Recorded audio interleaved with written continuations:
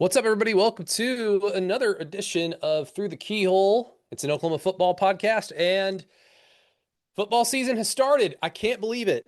That's the thing about football is we wait and wait and wait and wait, and then it starts. And then we all kind of, on a spectrum, either get really excited or lose our minds. And we are going to cover just about every single base that you possibly can when OU beats a team like Illinois State 35-3. I'm Brady Trantham.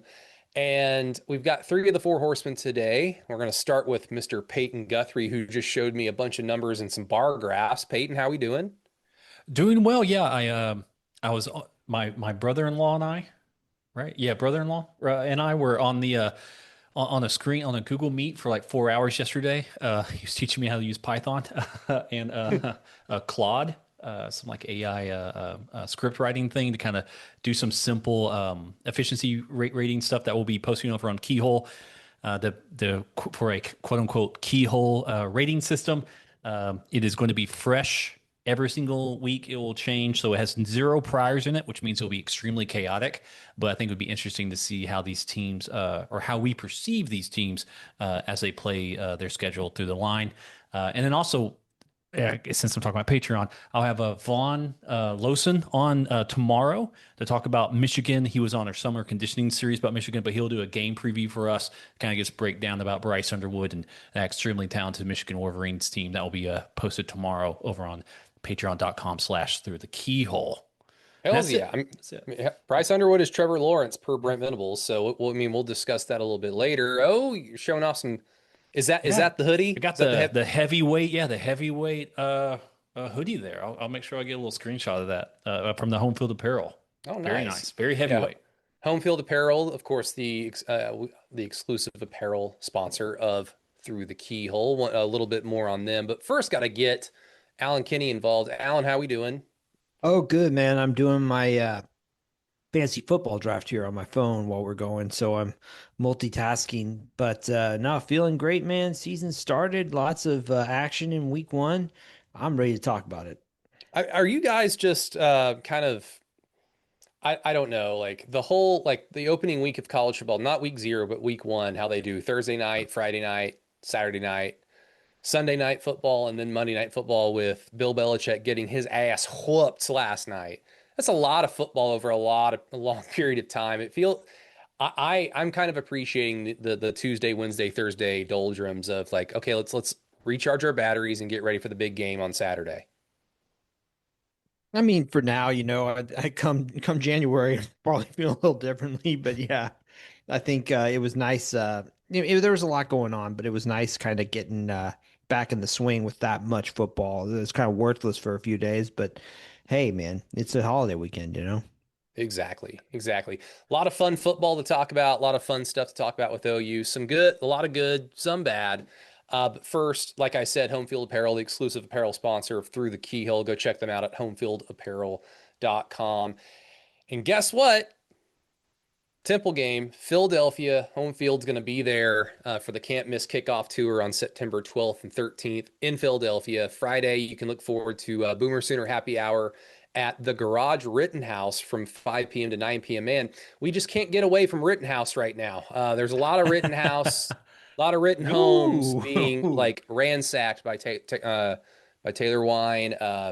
Unfortunately, hopefully he's okay. But yeah, that was an interesting name to hear over the weekend and an interesting like origin story to learn about on Saturday. But again, Boomer Sooner Happy Hour at the Garage Rittenhouse from 5 p.m. to 9 p.m. That's in Philadelphia if you're planning on going to the game to watch OU beat the living tar out of Temple. And then Saturday, the OU alumni tailgate at Xfinity Live from 9 a.m. to noon. That's X, the letter X, Finity, Finity live. So Xfinity Live. Go hang out with some home field apparel folks. Tell them we sent you. Tell them that you listened to Through the Keyhole. If you don't mind, we would greatly appreciate that. And then, of course, do business with them because they've got the coolest stuff around. Peyton's wearing one in September 2nd. He's wearing a hoodie. And we don't Hey, judge here. get get your money up if you can't run the AC. That's all I'm going to say. There you go. It's been uncharacteristically cool, as I butchered the word uncharacteristically, It's been cool the last 2 weeks, and it appears to be cool for this Saturday, which for us as fans, great. It was so damp. I mean, Peyton, what did you experience in Tushkahoma? Was it damp, hot? Like what were you experiencing? Well, Thursday, well, actually, I got there on Thursday, kind of get the lay of the land and stuff. Felt very nice. Friday, it was in the low 70s. We had people walking around in like rain, like, little small rain jackets, like windbreakers on and stuff. And we're all like, people are wearing pants and stuff. I mean, I've been there for 15 straight years working that festival. Was there when I was a child. It's the first time in my life I've seen people wear jackets and hoodies outside throughout the entirety of the festival. Usually it's 100 plus. This was like in the low 80s the entire time. Cloud cover the entire time, maybe slight drizzles, but unbelievably fantastic weather for this. Not too damp on my side. Um, I did go run 9 miles. Basically, that I kind of felt the humidity a little bit more then, but other than that, it was beautiful weather. Boy, it was pretty tropical in Norman. Yes, the temperature was not high. It was 79, 80 degrees, just kind of hovered around there. But until kickoff, there were some moments where there was no breeze. It was so humid, so thick. It was a different type of feeling than what we're used to, like you said. It's usually 99, 100 degrees and sunny and no clouds in the sky. So it was a much different feeling. We'll take it. It's going to be a little bit nicer, I think, this Saturday. And I'll be honest, guys, once we got closer and closer to the season, I was kind of looking forward to watching Michigan melt under the 99, 200 degree Norman sun because I also assumed, hey, this is probably going to be like an afternoon kick or a big noon kick or something. I don't know how TV contracts work because I'm an idiot, but luckily for the Wolverines, it's not going to be particularly hot, so they get that advantage. Whatever. We'll take whatever we can get. In addition to home field apparel, don't forget about the Spirit Shop in Norman for all your game day needs. They will deliver to you, so go check out the Spirit Shop. They'll help hook you up. Kaizen Performance Gym in Norman, the premier gym of the community and town, the city township of Norman, Oklahoma, and of course, Choctaw Nation. We greatly appreciate all of our sponsors and their generous help with us. Thank you very much. But guys, you two were absent because you were busy, but you were absent on the no cap recap that Matt and I hunkered down on Sunday. Like for a 35-3 victory over a team like Illinois State, Allen, pretty ho hum. But you did point out something in our little document over here to my right on my mini screens in front of me. But you did point out something that I actually thought in the moment when I'm watching the game, and then I meant to like go back and actually chart how long Iowa or Illinois. See, I'm going to do this again. I keep saying Iowa State. How long Illinois State would take to run a play. So I'll let you kind of take it from there because I think that this was kind of an interesting note. Whenever you look at the score and you're like, huh? Like I expected more with the John Mateer hype. Yeah, I mean, Illinois State could not have played at a slower pace. I went back and timed it out. They used 35 seconds per play. I think that last year the average in FBS was like 27. So, I mean, they were trying to milk the clock as much as possible. And on top of that, they had a really good punter, man. Like OU He started was inside good. OU started inside its own 20 on average, which doesn't happen that often. So, I mean, it made for kind of a weird, slow get out of there, game. It went pretty quick. And I think that in that respect, that was one way Illinois State was able to hold the scoring down too, and make it look a little bit better, maybe, or not give OU as many chances to score. Yeah, I mean, what OU had 3 drives in the first quarter, maybe, and they scored on their last one because they Yeah, they go 3 and out on the first drive, which okay, that's fine. Even against an opponent like that, it's okay. It's first time for everybody. And then the second drive, of course, ended with the Jaron Canick fumble. So when your opponent is kind of just milking the clock and just going into it with let's just get out of here as soon as possible, yeah, um, you're going to have fewer opportunities to move the football. So I mean, it is what it is. I mean, Peyton, you weren't able to watch the game in real time. I'm assuming you've gone back and watched the majority of it. You have a good kind of hold on what happened. So kind of judging from like your initial reaction to when you found out what the score was to when you actually kind of watched the majority of the game, like did your opinion change? Did it go from like that's concerning, what happened, to oh, okay, I'm not as alarmed now, if you were? No, I mean the actual score is really in line with what I thought it would be and what Vegas thought it would be. To be honest with you, with the low over under that they had on the entire game. But I was again not watching it, just seeing score updates. I had assumed that it was going to be Oklahoma hand the ball off 50 times and let's get out of town. It ended up being kind of the opposite. OU throwing it a lot and not running with that much success. The score is very much so where I believe they would be in. But Alan's right. I mean, I'm seeing it right here.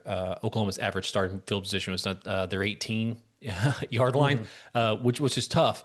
In Illinois State, their own starting position was their own 44. So they got short fields. And Oklahoma lost two possessions with the Yeah. two turnovers and still able to completely hold them back. A thing that, as much as we will probably talk about the offensive line, and I'm way into numbers right now, so I apologize, guys.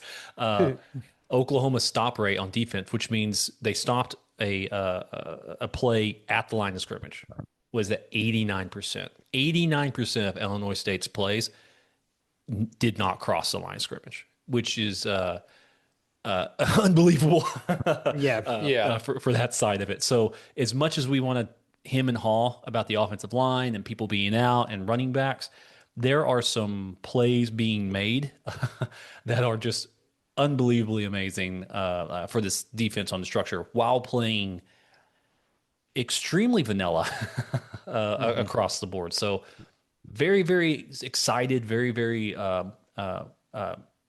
guess excited is the word. I'm very excited and hopeful for how this team succeeded, and it didn't get it done in the way that they played against like Arkansas. Was Arkansas State last year or the year before? 2 years ago.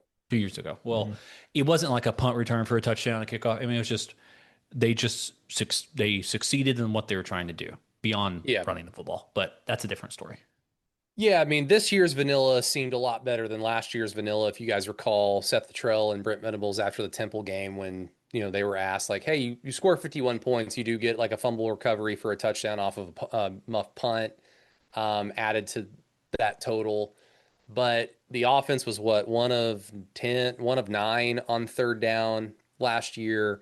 They had a few opportunities. I mean, to Jackson Arnold's credit, um, what was his name? JJ Hester dropped probably what would have been 2 touchdown passes last year. So there were some points left on the board. But overall, leaving that game, it was like, the offense didn't look on like par with where we would assume it should be considering the talent and what this is OU. But they all said last year, yeah, it was pretty vanilla. But this year they said, Brent says the same thing. And it's like, yeah, that seemed pretty vanilla when you also consider the thing that Alan brought up of Illinois State just actively saying, yeah, we just want to get out of here and milk the clock as much as possible. That's being said, 2 turnovers by the offense early on by Jaron Kanik with the fumble and then the interception, which was kind of half and half, a combination of a bad throw in addition to Deion Burks not probably like getting a little lazy at the end of his route, or just them not being on the same page, and it went directly to the defensive back, which is what resulted in Illinois State scoring their only points of the game. So credit to the defense for allowing only a field goal in that respect. And But big shout out to Carter Bryant over there. Carter the Power SEC Power Hour. He had a pretty good breakdown of the game on YouTube. We tweeted it out on Mhm. Keyhole Pod. Uh, he doesn't blame fully Mateer for that interception, but he does point out multiple times where Mateer against better defenses needs to get the ball thrown like a second, yeah, half second sooner, right? I mean, Yeah. he's yeah, waiting for someone to get fully into the zone and then throwing it. I think that's what kind of led that with that interception because Burks was able to twist his body and get his hands on it. If he would have caught that, would have been miraculous. But if that ball had been thrown on time, on time, like NFL throw on time, he gets it in there. But that said, he's thrown into triple coverage, so he probably shouldn't have thrown the ball yeah. regardless. Yeah, I mean that's the always the interesting thing when I'm watching like film breakdowns, because I assume with what limited knowledge I have, I assume when you're talking about timing, well, you probably know what the play is then. Like the Jaren Kanak fumble, is the play designed to go to, is he the first read?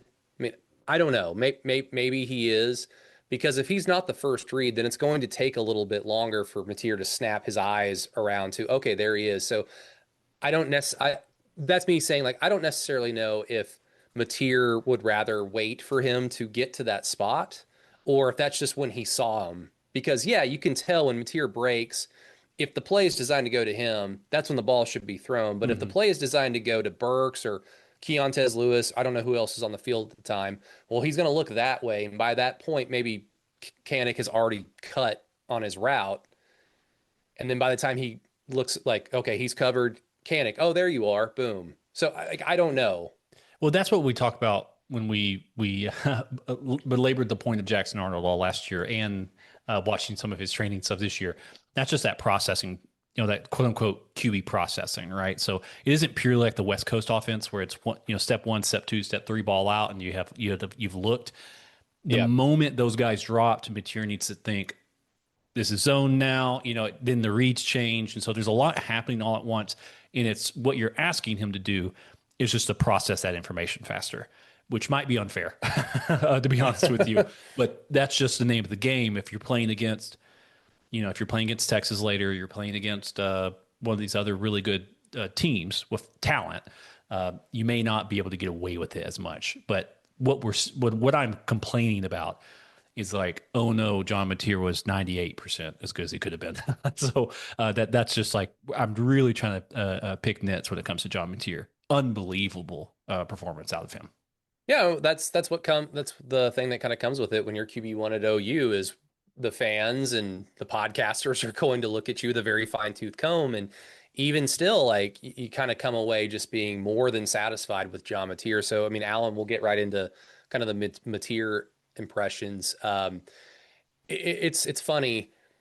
Sometimes like I try to look for like when a play doesn't work, like an incomplete pass or a play that kind of just gets blown up. Maybe an offensive lineman, and this happened a few times. Shout out to Ryan Froje, but hey, you're a Mm. freshman. It's going to happen. Maybe an offensive lineman blows an assignment, and then the play, like the pocket collapses, and the quarterback has to like scramble or panic. Whenever I see plays like that, I think that that's pretty indicative, especially if you're playing a team like Illinois State, where a lot of the times it was like glorified 7-on-7. There was no zone defense in the middle of the field. Those guys were just Hmm. wide open half the time. So I tried to look at the plays where Mateer threw an incomplete pass or got sacked or had to scramble. And what it tells me is that guy just is incredibly comfortable with the position. He's incredibly comfortable with where he is in his development. Um, Anytime he would make a mistake or a mistake was made, he bounced back like on the exact next play. And I think that bodes well because OU's going to have a really good defense. How good, like we're going to find out, but they're the very least going to have a really good defense. So if they have a quarterback that likes to kind of take chances or fit the ball through tight windows and just throw it up there and have confidence in his guys, which is what I prefer, that will work sometimes. Sometimes it will not. But it's nice to know that OU went from a quarterback that would just his confidence would torpedo the second something bad would happen to a guy like John Mateer who appears to be like a Terminator. Like, I will do my job. If it doesn't work, it's okay. There's a lot of football left in this game. Yeah, the word that I came to mind for me was just decisive. He looked like he was in command. Um, he really didn't. I didn't see any case where I thought he hesitated. With what he saw. Now, I mean, that's just from the TV, broadcast, of course. But no, I felt like he was ripping throws. I mean, he stepped into stuff, moved around the pocket well, wasn't afraid to go downfield. I mean, in a couple cases, when he did go downfield, I thought he could have checked down, but I mean, for the most part, though, I don't see like anything out there that made me just think, oh, like, oh no, this is, there's something out there that I wasn't expecting. Thought he did a good job too with like throwing to spots, honestly, getting the ball out fast. So no, all in all, good stuff. Yeah, I mean, decisive, in control. knew exactly what he needed to do, had confidence in his guys, commanded the team. It I mean this is a compliment. It looked like a normal OU quarterback. Normal OU quarterback is special. So, I mean, that OU Mhm. is basically knocked it out of the park. So, how good is that? How good is John Mateer? Like, is he up there with the guys that we could just rattle off? Like, we're going to find out this Saturday because Michigan's going to be a big test. But I think OU fans are a lot more confident, even with kind of the running back bullshit that's going on, even with some of the offensive line woes in terms of interior run blocking. When you've got a quarterback like John Mateer with his experience, his background with his offensive coordinator, Ben Arbuckle, like those guys typically succeed in games like what OU's about to um, experience on Saturday, or at the very least, quarterbacks like that are often in position to win games like what OU's going to face on Saturday against Michigan. So it's an exciting feeling. I mean, Peyton, other than decisiveness, I mean, was there anything that particularly jumped out to you from Yeah, Mateer's performance? this one will be a good one for potentially maybe give Alan a good article idea. Uh, I think the offense and defense, and I don't know if this has been said anywhere. This was really tossed around a lot last year. I think the offense and defense complemented each other pretty well. Oh boy. The offense scored a lot, and the defense didn't allow the other team to score any. So I think they complement each other really, really well. Yeah. If you were to really think about it, the offense did not complement the defense at all. They No. ran the ball down. I mean, they went really, really fast. So technically, it's not complimentary at all for a defensive team. But the defense is strong enough to withstand it, which was still very funny on that side. If Oklahoma had been able to run the football a little bit more, then it would have been actual complimentary of each other. But I think it's just, I think that phrase will just has evaporated from the lexicon of OU fans. Yeah. I mean, yeah, I mean, the offense did go fast. I think I mean, you know this. I think the point of all that is situationally go fast. When you're up 28 to nothing against Oklahoma State at home and the game has basically been won, the last thing you want to do is make your defense tired. So that's when you want to slow down and be a little bit more methodical and be a little bit more intentional with what you're trying to do. That's when it doesn't work. So I mean, I don't know. Like, I don't really know what to expect from Ben Arbuckle in terms of pace when you're playing a team like Michigan that can punch back, that has talent. I'm really interested to see, like, not just what that will entail, but, formations, motions. Like you guys said, it was really vanilla. So we haven't really even experienced the Ben Arbuckle thing just yet. So, I mean, that's exciting. But I guess, like, we've already talked about some good stuff from the game, guys. Let's turn it around and get to the bad. I mean, where do you want to, guys? Alan, where do you want to start first? Running back, BS, or the offensive line? Let's go with running back just because that was the thing that really bugged me the most watching this game. For me, okay, so I've got a theory about what happened with Jaden Ott, and I want to I throw it. like I I like want to this run by. one. Yeah. So basically, maybe Ott has some kind of incentives in his NIL deal that are tied to appearances, which would explain why he got into the game for what I guess technically, let's see, there were two kickoffs and then two or three play some scrimmage. I don't know. What do you guys think? That's the only explanation I've come up with out of all of this that would make a lick of sense. So I you're didn't saying that exact he signed like a Marvel actor deal where you have to be like in some of the end stingers and you're in a movie in this one and a Yeah. co-star on that one. Yeah, well, I mean, he had a injury plagued year last year, so give him the I did incentives to get on the field. I didn't think exactly that. I did have a thought of because of the player empowerment era that we find ourselves in, NIL, all those things. Maybe players, especially a player of the caliber of Jade Knott, who commanded a lot of money in the transfer portal, probably has a little bit more agency when it comes to telling the medical staff or the team that I can't play or I'd rather like you guys don't need me. I'm going to sit this one out for without like being a complete scratch. So, I mean, I thought that. I thought like some players probably can tell like yeah, I'm not going today, which is sucks. I hope that that's not the case. It was just kind of what I thought, but I like your theory better, Alan.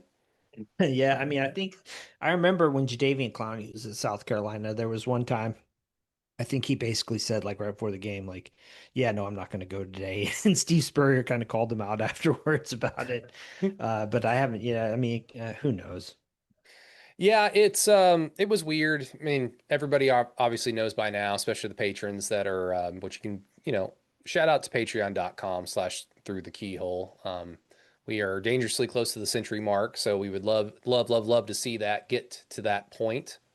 So go check out patreon.com/ through the keyhole for extra written articles, extra podcasts like Peyton already teased at the beginning of the show. I put out a little fun defensive highlight video on Patreon first, and then I put it out on some of our social channels.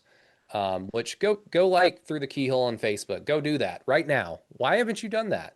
You can, like, nothing's stopping you. Go do it. What's the handle on Instagram, Peyton? Do you know it by hand? Is it Keyhole Pod?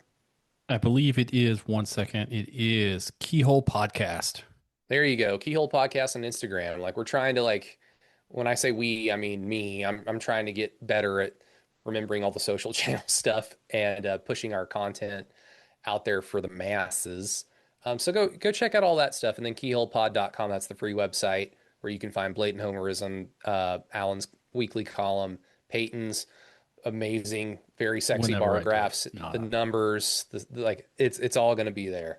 But yeah, the whole running back thing was frustrating just because of all the baggage and the evidence from previous years built up to this point. Was it connected to DeMarco Murray? Probably not. But I mean, in the moment, that didn't stop me from bitching and moaning about it, to be very honest, when I'm in the stadium. Um, Brent has said that basically that I'm getting the strong impression just from the comments that Brent Venables, Ben Arbuckle, they all think Jaden Ott's going to start and play against Michigan. So I don't think it's going to be a situation of like day to day, like what's Jaden Ott's status? Because Brent said today he's close to 100%. So clearly he was banged up. I think Brent mentioned after the game that he had missed some practices. We already talked about a few weeks ago that he'd banged up his shoulder, but I don't know, guys. It seemed like the next day it was like, oh, he's fine. Like he just sat out a day and then he was fine. But I guess he had not practiced a few days or a few weeks during fall camp as a precautionary measure. Who knows? But in addition to the running backs, another thing, Torrey Blaylock, really good. Really liked what I saw out of him in terms of his ability to use his speed. Um, Wish that he used more wiggle than lowering his shoulder, which takes us to this next point, guys. I've not heard anybody ask about Torrey Blaylock. I don't recall anyone asking about his status after the game. I don't think anybody asked him or asked Brent today during his Tuesday press conference. And no shade to the media because it's a different media landscape now. So you only get so many questions and you don't really get follow-ups anymore. Stupid, because that's what we did during COVID on Zoom. So let's just keep doing it, I guess. But no one asked about Torrey Blaylock. I've heard something. I don't know if I want to share it because I've not seen it or heard it anywhere else. No disrespect to where I heard it from, but I just don't want to do anything with it. At the same time, I'm a little like, I hope he's not. I hope he's okay. I hope he like plays. So, I mean, Alan, did Peyton? Oh, Peyton, I'll start with you. What did you think of Torrey Blaylock? And then what did you think of the injury when he went to the tent? Because to me, it just looked like can't move his arm. That's either a stinger or something worse. Yeah, I mean, he was the only running back of any real wiggle or the ability to read the line and read what the offensive line was trying to give him to use there, and it showed some pop. And as he was going through, he started running through traffic. The touchdown run. He's able to kind of basically split in between a guard and a tackle. I think they had kind of pulled into the second level, so he's able to navigate through some of that wash and that trash to get into the end zone, which was really nice to see, especially in the last couple of years where it's just an OU player just runs into another OU player and falls down. So this was like nice to kind of see them kind of moving around and do that. And, he's picking up stuff in the swing pass. That was a nice play where he just completely lowers his head and drills himself into a safety. I would have liked to have seen him actually score on that play because he had the ability to, if he didn't decide to try to murder the safety. But maybe that's a DeMarco thing. Barnes does that. Now he does it. a lot of OU running backs seem to run to contact. So maybe that's just a thing that OU's trying to do. I'm not entirely sure on that side. Uh, but seeing him kind of mature and grow, especially with running backs, you should just toss him out there. In my opinion, I mean, that it doesn't take a lot of mental load, in my personal opinion, to play that position at a level that is to contribute, unless you really, really weigh, pass blocking and blitz pickup to like an extreme high level. Then I would understand keep tossing a Barnes out there, making sure Mateer's staying good, staying healthy. That's extremely important. When he gets banged up and stuff, you want to think Stinger. You want to think that. You want to think, oh, it's a bum shoulder. You got hit just right. I mean, that happens all the time to a lot of people. But, you know, as we are kind of injury stung, if there's going to be somewhere we're going to get hit, I'm okay with that because Oklahoma's got Ott. They've got Robinson. They've got, some of these guys coming back in which they can hand the ball off to. And then as you saw a little bit with the run game, that Arbuckle was able to do, it's not all just running backs. I mean, Mateer's going to run it, wide receiver is going to run it. That was a really nice run with Burks with the that reverse action of that GT, where a lot of teams are running to the opposite action of that. So I think Arbuckle can generate a run game without a number one bell cow running back, but having someone like him, mainly because he was able to being a pass catcher in this system and being able to catch things on the swing and pick up 30 yards, off of a swing pass and stuff, that's extremely, extremely helpful in kind of attacks the offense. This offense doesn't have a ton of downfield go balls type situations. They're mainly hitting those crossers and deep in those post and in routes, which is then allowing guys to catch and run, which is extremely nice to see. Because even when Lincoln Riley's at his tops, it felt like it was like a lot of spot throwing, and then the wide receiver wasn't able to get a lot of yak after that. This is get the ball in hands of guys who are moving and they keep moving. So that's pretty nice on that side of it. If he's banged up, like pretty banged up for a while, I'm generally okay with that. I think if you look at Oklahoma's schedule, they can survive that for a decent while. But I would trust Arbuckle being able to manufacture a run game that is diverse, and maybe you can even kind of look at like that Gus Malzahn stuff that he was doing against Alabama as the OC of FSU. Yeah. I mean, if Jaden Ott's as good as advertised, then if anybody gets banged up behind him, and assuming that guys like Xavier Robinson, who played a handful of snaps and he looked fine.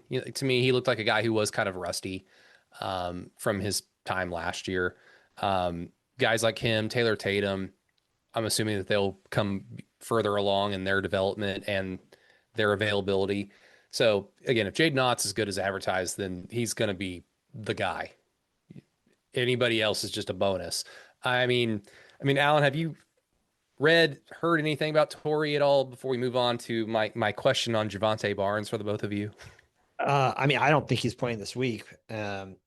Just based on what's floating out there. I mean, the pay sites were all reporting last night that there's some concern about the injury that he suffered, but I haven't seen anything definitive since then. Like I said, I'm not counting on seeing him on Saturday night. Yeah, it's a shame. Oh well, guys, and Alan, I'll bounce back to you. Are we done with Javonte Barnes? It's just simple because he's a good kid. He's loyal. He works hard, clearly because the coaches like him. Practices hard. He's a good pass blocker, and that's what they're always going to say. But man, it just seems like such a wasted play when he's out there because there's no threat with him. I think at some point you could just key on this is a pass play because here's Javonte Barnes to pass block. And then anytime he's handed the ball, like there's just nothing happens. And Torrey Blaylock might be destined to be the next Darren Sproles for all we know. But I mean, within 2 plays of Torrey Blaylock doing something, you could like there's more explosion with him. There's more big playability with him. And he can even do the normal basic running back stuff. Like that touchdown run he had was the most most amazing basic touchdown run I've ever seen. It was slow. He waited patiently for the hole. He drove forward. He moved his knees up. He kept driving forward and then scored. I've never seen Javante Barnes do something like that. So are we done with him as a podcast, or am I being too mean? Well, I mean, we might be done with him, but I'm not sure if he's done with us. You know what I mean? So, but no, I mean, look, it's just, you know, you if he was just able to even just pound out like 4 yards a pop, it would be one thing. But we're just not seeing that. There's so many negative plays. I mean, yeah, I mean, hand the ball off to him. There was a sequence, I think it was in the third quarter, 3rd and 2. They hand off to him. He gets to the line, gets tripped up in the air, falls about a half yard short. They hand off, so they go for it on 4th down, hand off to him again. And I mean, he gets to the line, but if the official was feeling less than generous, I don't think he's gonna. I mean, he could easily have said he was stopped short. I mean, it's just I don't the production just it's just not there. And yeah, I don't know at this point. I mean, to a degree, it's kind of like, well, the one thing he is doing is he's actually out there, right? I mean, Jade Knott wasn't. Sounds like Xavier Robinson missed a whole lot of time in preseason also. But if that's the case, they got to get those guys up to speed because it's just he's not a productive player.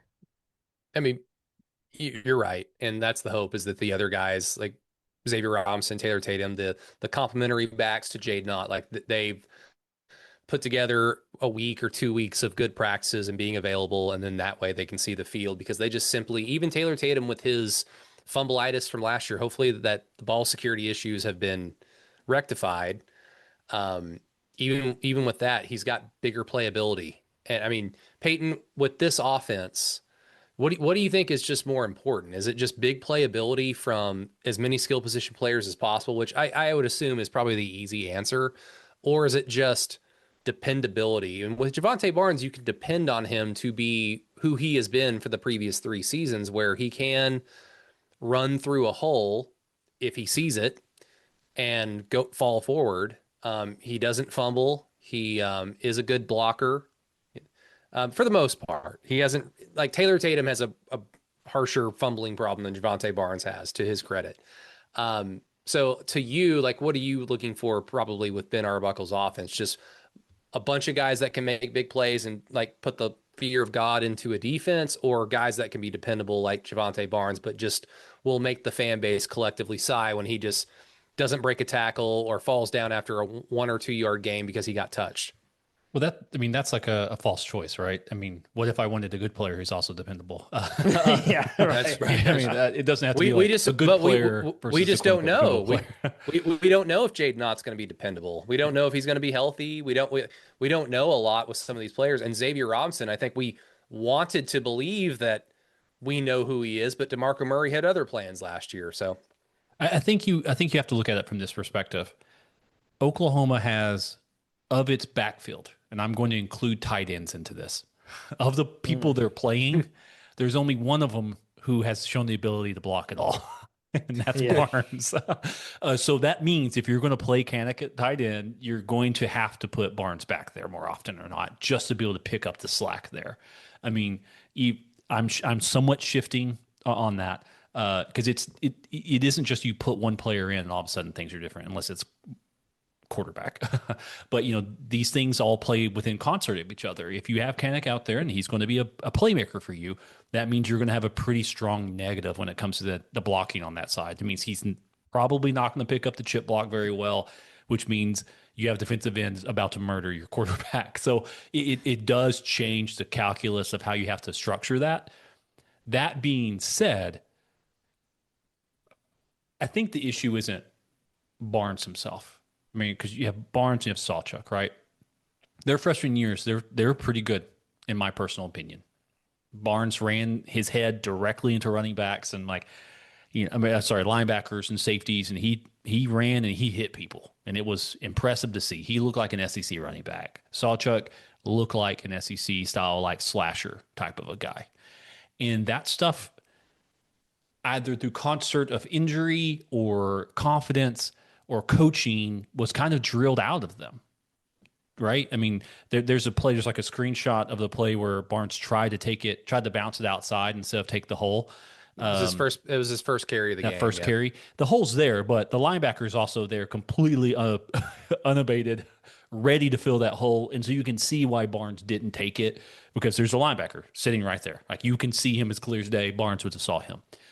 Barnes' freshman year would have ran directly at that linebacker as hard as he possibly could. And then maybe the next play, that linebacker's not quite as much in that hole as he was before.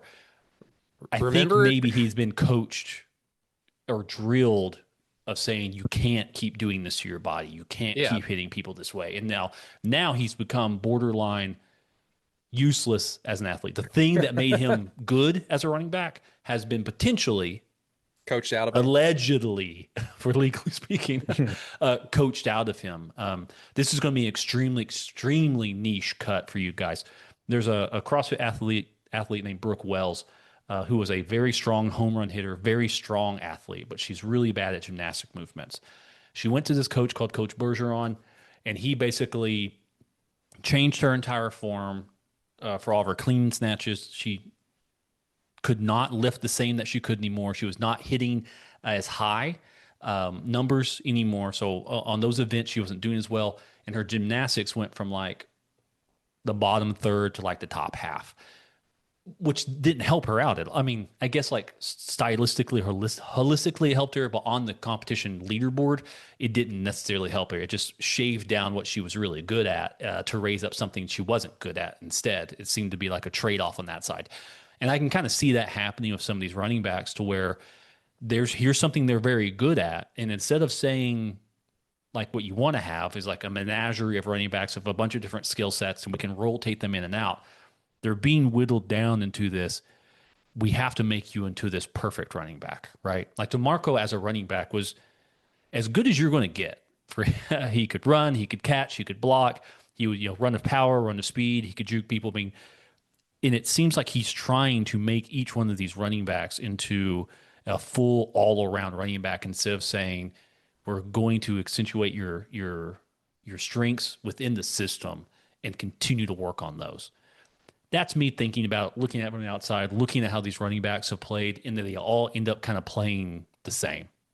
And that's something that is somewhat troubling, that maybe somebody like an Arbuckle can lean into it and say, let's keep this differences between these stylistic differences between these players, because they each bring their own benefits to a team. Because I think somebody like a freshman Barnes would be very beneficial for this team.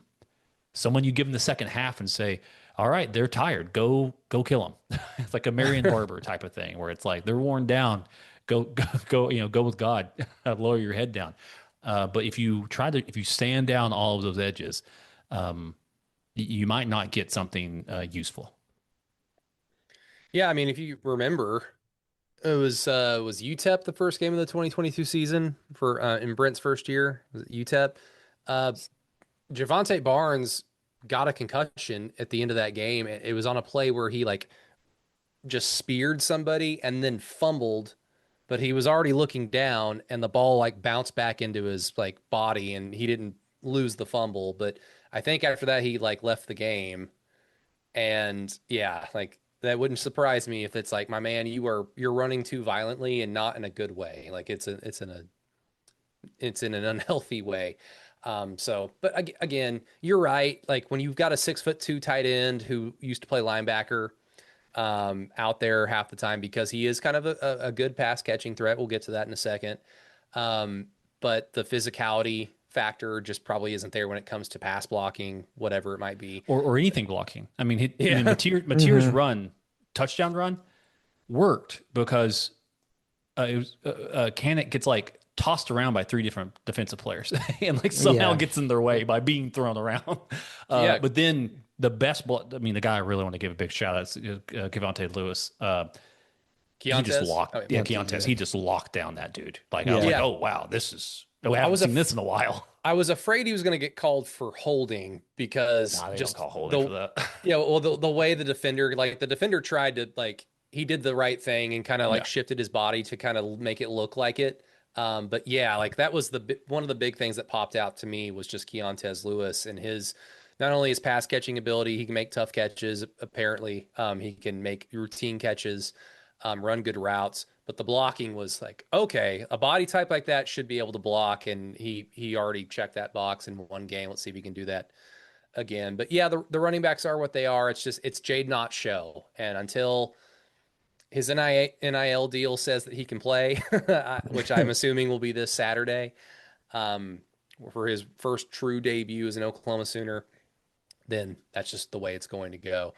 Um, let's keep it with a little bit of the downtrodden and talk about the offensive line.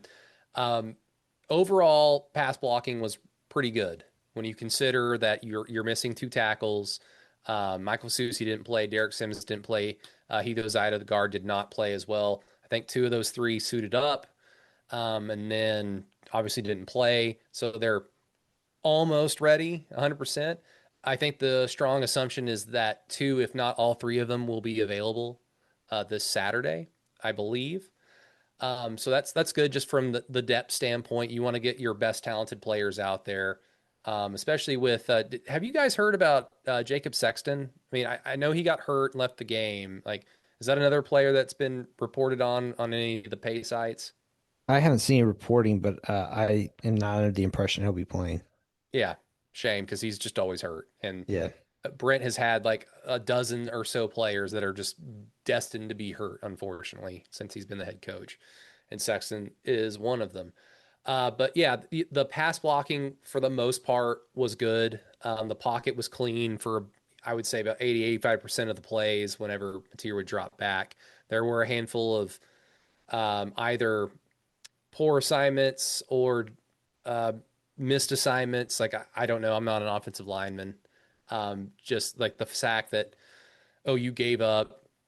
I think Ryan Foje pulled and he was either too late or just didn't assert himself when he was supposed to cut and hit his man because that was the guy that I don't think he got the sack, but he was the guy who blew up the play and made John Mateer kind of panic. And then like the play was dead from that point.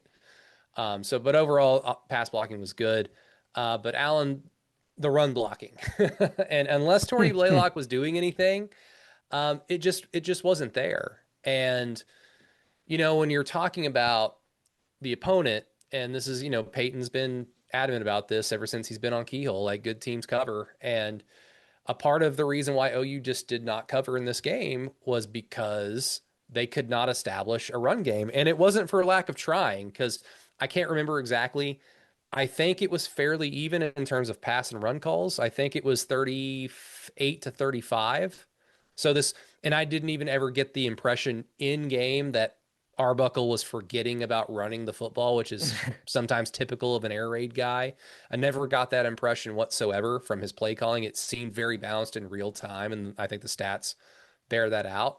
But I mean, what do you attribute this to? Because now this is what the third year in a row, or probably the second, but second year in a row where we are talking about going into a season. Yes, there are some question marks, and yes, like it's not like it used to be in 2017, 2018, but Bill Beambo's the best offensive line coach in the country. Um, and yet the results aren't there against a very, very poor opponent, an outmatched opponent like Illinois State. At the same time, we're expecting to get two, if not three guys back to help out with the depth and just the overall capability. So, I mean, what do you think it is? Is it just a matter of let the guys get healthy and then judge it, or are you already sounding some alarm bells now? Well, it's funny. I went back and looked again at what I wrote last year after the opener against Temple, and that was a far, in my opinion, more concerning situation with what we saw on the offensive line. You mentioned the protection issues like last year. I mean, and some of that could have been Jackson Arnold, but there was just, I mean, it was pretty bad. Um, this group though, man, like I don't know. I think I mean it's not like I'm just throwing in the towel on them, and especially you mentioned, I mean, they've got guys that I think you're counting on to be more of your mainstays who weren't there. Fasusi, you could play Howland maybe at left tackle some, or I mean, all that being said, you want them to go out there and kick their ass. I mean, they're not big guys on the other side of the field there for Illinois State, and it's just it just I don't know if it's playing soft or what. But I was hoping for something that would be more impressive, and at the very least, maybe some better stuff like one-on-one. I mean, if anything, I thought Troy Everett looked like he'd maybe taken a step back from last year. Yeah. Uh, I mean, you heard good things at times about Eddie Pierre-Louis, and I think he got pulled within, what, 5 or 6 plays. I mean, Yeah. like it just wasn't good, man. So we'll see. They got a huge test this week, and they need some of the more experienced guys back for that. Yeah. And even a guy like Febechi Nawiwu, I mean, Gabe was really like he praised his play against Illinois State on their podcast, and like I understand that, like he's right about that. I just can't help but think that when you get to SEC play, he just doesn't have it, and he's probably the most consistent guy. And if he's the most consistent guy on the interior, then we're gonna have a problem because OU needs to be better than that. And while I'm excited about Mike Fasusi and Derek Simmons and Hito Zaida, like those are two tackles. How do they help the interior of the offensive line? And Michaela, the transfer from Stanford, came in and played and looked okay. I'd like maybe he gets a start, maybe he doesn't, but maybe he plays like earlier on in a game during like when it's competitive, especially against Michigan. It's going to be a competitive game. I just I I just don't know why OU keeps getting in situations like this when they apparently have the best offensive line coach in the country. Yeah. It's I don't know. Like if you have the best offensive line coach in the country, then this shouldn't be the case. So I mean, Peyton, like what did you see? Like you're a big proponent of like moving the other human being around. Yeah, I didn't see it in the run blocking. I did see it in the pass blocking, right? I mean, Yeah, Mateer was kept pretty clean, kept pretty, that's where you saw like Foje. That's where you saw his strength yeah. is in pass blocking. It's like, okay, and that's why it's like when you're playing a true freshman, when he gives up a play or two, you'll live with it because you just hope that with more reps, those go away and you get to see all that strength and the capability. The other side of it is, I would have to really really look on the rushing stuff. Obviously, I know Gabe on the podcast was kind of losing his mind about people sitting out and like questioning their character or their morality. So That was that's a bit tough very to hear. weird. It was very It's a bit tough weird. to hear. Sounds like maybe he's projecting a little bit about wanting, because he played and he wants to play, and the whole thing, and it's like, okay, I get it, and and some of this stuff, but I have to see it versus Michigan. Um, I'm totally looking at the Redbird game as a scrimmage. I mean, that's how Oklahoma fans should treat it, and I'm treating it. There's nothing really of note to come out of this. Teams make their biggest improvements as a noted hater of teams getting better. The week 1 to 2 jump is the jump that gets made. You can pretty much kind of tell what this team's going to be by then because it's their first time seeing the stuff. Now, I believe Illinois State was doing a bunch of drop eight and stuff like that. And if you're doing that, and if they're crashing the linebackers and crashing the safeties, after the snap, that can be a little difficult to push people because they're not there to be pushed. So maybe that there's something there. Iowa State, as you I've affectionately called them, I has done that a lot to I OU in the past, right? They drop eight, do that drop eight thing, and OU was having a hard time running on it because the guys would crash from depth, and the offensive line now isn't able to initiate something; they're having to react to it. So, but I'm just not for sure of why that wasn't happening on the running downs, but on the passing downs, they were able to maintain, be able to hold up and keep Mateer relatively clean on that side of it. You just want to, as Alan said, though, you want to see one of our big people push one of their big people onto the ground. Like I don't know if you saw the clip that's on Twitter of the FSU offensive lineman continually shoving the defensive Alabama defensive player on the ground and then rubbing his nuts all over his face over and over and over again. It's very It's either funny, but it happened like 5 plays in a row. I was like, that sucks. Yeah. And if I have to it's get it's up and either leave, that or the Ohio State offensive line like putting the Texas defensive lineman on skates. Was that Yeah. was yeah, Yeah, that was The double was team. like whoa. Yeah. Um yeah, OU getting two things. OU getting their guys back healthy for this game, good. And also I know I shouldn't say this because I root for a team that went 6-7 last year, and for large stretches of that season, they looked god effing awful.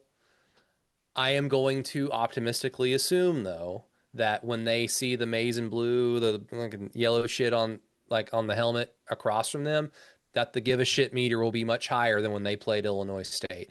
I'm That's the first time I've ever said Illinois State correctly. I can't say Illinois. My accent refuses to let me say it. I think it's a combination of a Native American word and French, like the NOIS. That part of it's French. I can't do it. I have no tongue for French. I just cannot do it. So if I sound stupid when I say Illinois State, I'm sorry. If I say Iowa State, it's because my brain doesn't want to say Illinois. So sorry, Peyton, that I spread that to you. Um, yeah, I mean the offensive line has to get better, and just from a general standpoint, guys, I mean this is going to be good versus good. I mean OU's defensive line versus Michigan's offensive line, and then their defensive line versus our offensive line. Like I want to just say it's even because Michigan has lost a bunch on their own right from the offseason. And they didn't look particularly awesome in their game as well against New Mexico. It was a closer margin. Their running back, Justice Haynes, I think that's right, like the former Alabama Hmm. running back. He had 160 or 170 yards rushing, but I think he had one play that was like a 65-yard touchdown run that took up obviously a big chunk of his day. Bryce Underwood looked good. He looked like, man, he's pretty good. He's really good for a freshman. But of course, he's going to have a similar experience. We hope that Arch Manning had in Columbus this past weekend when it's like, oh, this is college football. Never mind. Oh shit, I need to get better. Hopefully, it's something like that. Um, Real quick, one more thing on the offense, guys like the receivers, and we don't need to spend all the time in the world on this because we already kind of talked about Keontez Lewis, but I mean, Allen, that was such a breath of fresh air to see Oh, guys that can yeah. run routes, that can catch footballs. I mean, some of them were contested. Keontez Lewis probably the one that showed that he can catch or make contested catches more consistently. Because I mean, other than Deion Burks' one-handed grab, which was fucking sweet, most of his catches were just like wide open and in stride. Very easy 7-on-7 looking. But overall, like, and we can throw Kanik in there because he's a glorified, like he's a tight end, but he's a receiver. Um, OU's got they've got a good receiver room as of right now, and it's only going to get better apparently when Giovanni Gibson makes his return, and he was fully suited up on the game during the game on Saturday, which I assume that means he's practicing and well within like a few weeks of returning to the game. I mean, Stoya keeps saying Temple or Auburn, so the receiving group is just going to get better, and even a guy like Jacob Jordan, who proved to be the best receiver on the team last year, he got in on a big catch that set OU's first touchdown of the game up. And so, like, not only do they have like three or four guys that they're like, we like them, they're good, and they kind of showed glimpses of being good on Saturday. They also have some depth, so it's just a far cry from where we were last year. Yeah, I mean, Keontez Lewis was the story of the game in that regard. I mean, he looked just, like a like the most complete receiver that they have, right? And that was not expected on my part. I figured he would be kind of an afterthought almost, but he played well. Um, but I mean, just so much more consistent than last year. I mean, they were actually getting open. The most interesting part to me was that they didn't rotate a lot. I mean, Looking at OU had 72 snaps, Burks got 67, Lewis got 65, and Satania got 49. I mean, they were really rolling with those guys a lot. I don't know what that means going forward, but um, Elijah Thomas didn't get into the game. That part was kind of interesting, but the three who played, you could understand why they were getting so many reps. Yeah. Um, Keontae's a name I just heard a lot in the offseason just because he transferred here. Never really thought, in terms of like the pecking order of the guys that were already here, the guys OU recruited and brought in as true freshmen, plus a few of the other transfers like Giovanni Gibson. I just thought, yeah, it's not necessarily going to be a name that we're going to hear. And I couldn't have been more wrong because, like you said, he Hmm. looks like a complete receiver. Physicality, blocking, route running, ability to make catches. He looks like a prototypical, like run of the mill, good OU receiver. We'll see if he can continue that against Michigan. I mean, Peyton, did anything else jump out at you? Because I mean, I don't know about this because again, a part of this is just my fandom showing and me wanting to be hopeful. But last year Deion Burks has the 3 touchdown game against Temple. After that, he didn't get hurt against Houston. He didn't get hurt against Tulane. He made catches in those games. He was a part of the game plan in those games. Um, but as we kind of discussed last year and then all throughout the offseason, didn't necessarily look like the explosive player that was advertised to us when he came from Purdue at any point. Saturday kind of looked like that guy. I don't know what's different. I don't know if he was already kind of banged up to start the season and that kind of set up his injury plagued year. Or if it's just the fact that he's playing with a more confident, more capable quarterback in a better system, and it's showcasing his ability a lot more. But even though it was a lot of glorified 7-on-7, like no one really around him half the time, he finally kind of looked like the player that we had been advertised a season and a half ago.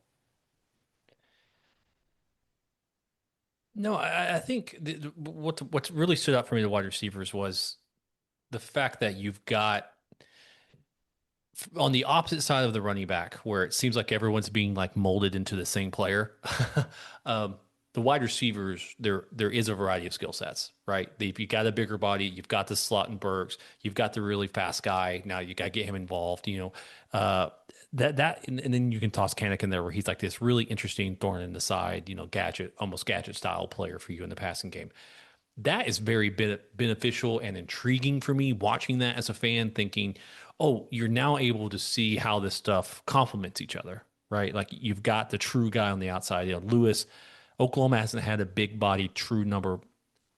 I don't want to say like number one guy, but a big bodied guy out there to make that stuff happen since Nick Anderson and Andre Anthony were healthy. So I mean that it now you need more of those guys.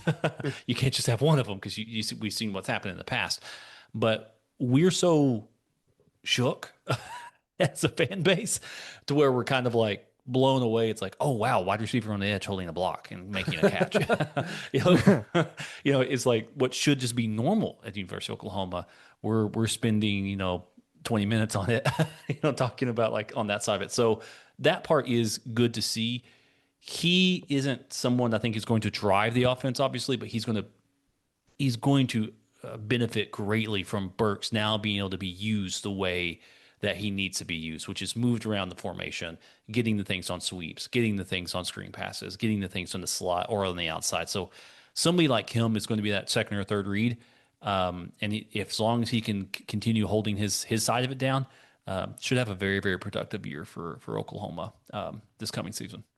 Yeah, that's the hope. And just like you said, we're shook as a fan base. And not only are we like, just like, oh my God, like you said, like they're blocking and they made a tough catch. And we're also kind of like, don't get hurt, please. No one get hurt. No one get banged up. Let's just everyone have fun playing the sport and look good while you do it.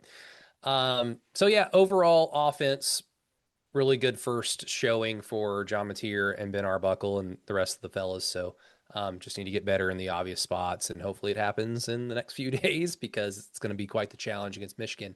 Um, with the defense guys, I mean, we don't have to spend that much time on them because they were their usual badass self. There were a handful of plays that I'm sure everybody's remembering where like there was a missed assignment or someone over pursued or someone wasn't in the right spot. And then it allowed Illinois State to have a long run. I think they had a run of 20 yards, another run of 18 yards. After, other than that, it was just a whole bunch of nothing. And a lot of mean physical hits. I don't know if you guys noticed this, but it's something I said on the post game show on the radio that night where the defense was really good last year. And again, this is Illinois State, but my God, it seems like they hit a little bit meaner now. And that's a silly observation to make, but I'm a fan, so I can be silly.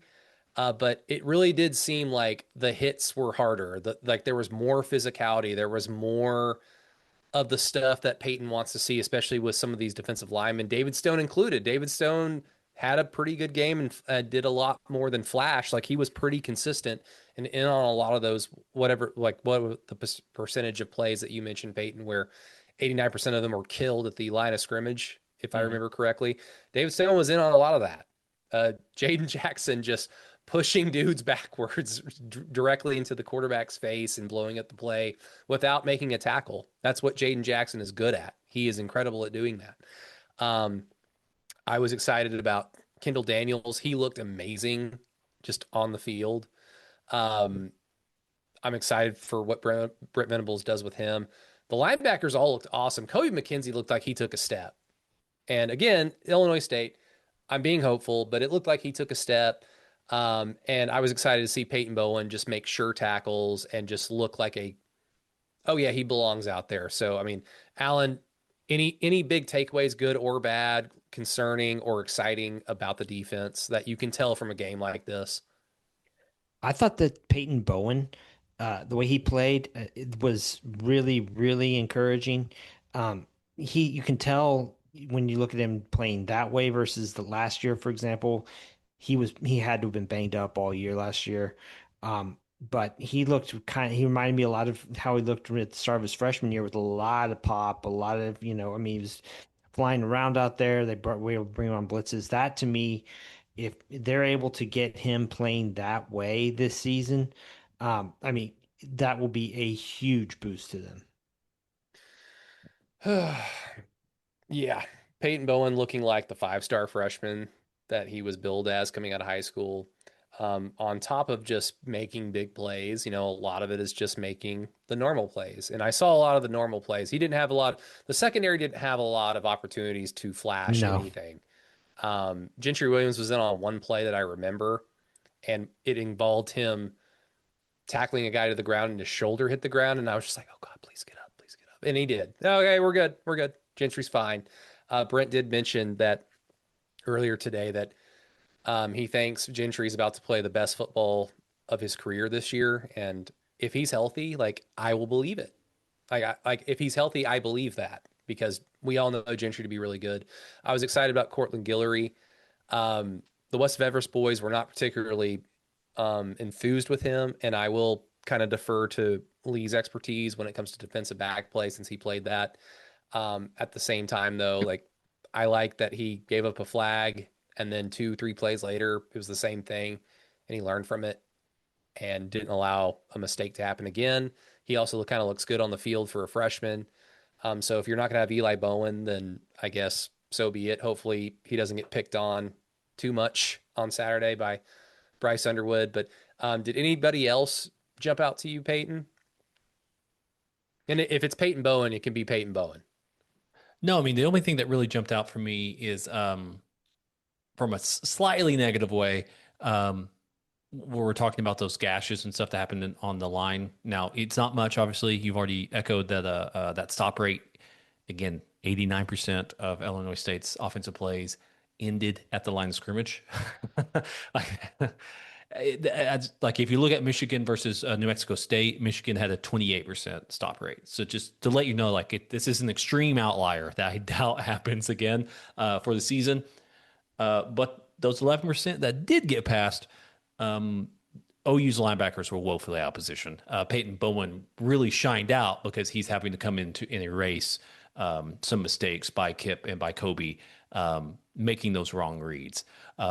Against an actual real football team, that I want to rephrase that. That's wildly disrespectful. against a team with a similar talent profile as the University of Oklahoma, that will be mistakes that can lose you the game, right? If teams can get those linebackers in conflict often, that will be something I would want to keep an eye on if I was an Oklahoma fan. I think Allen in his article actually kind of spoke to their talent. I think saying like they may be the two best combo in the SEC or something like that. I might be saying that incorrectly or misremembering. No, that's right. Yeah. But those mistakes could end up costing you a game, especially against OU's schedule where you're probably looking at needing to win more one score games than winning by 30, for the season. So while they played really well, a defensive player is not quantified by how often they played well. It's by how often they miss an assignment. I think that's something that will need to be cleaned up over time. But stuff I didn't see a lot of. I mean, again, I haven't watched the full game. I've seen highlights. I'm trying to catch up stuff. I'm looking at game on paper. I'm trying pulling stats from CFBD, trying to build some charts and stuff, and looking at it from just purely from a on paper side of it. Oklahoma performed really, really well, but it's not telling me names. People are really shouting out, the freshman cornerback. They're shouting out Peyton Bowen. They're shouting out Jackson. They're like, hey, even Stone played well. He wasn't pushed around as much, or at all, really. Don't give him fair credit. But like, where was RSJ? Where were some of these other plays? R. Mason Thomas had kind of a quiet day.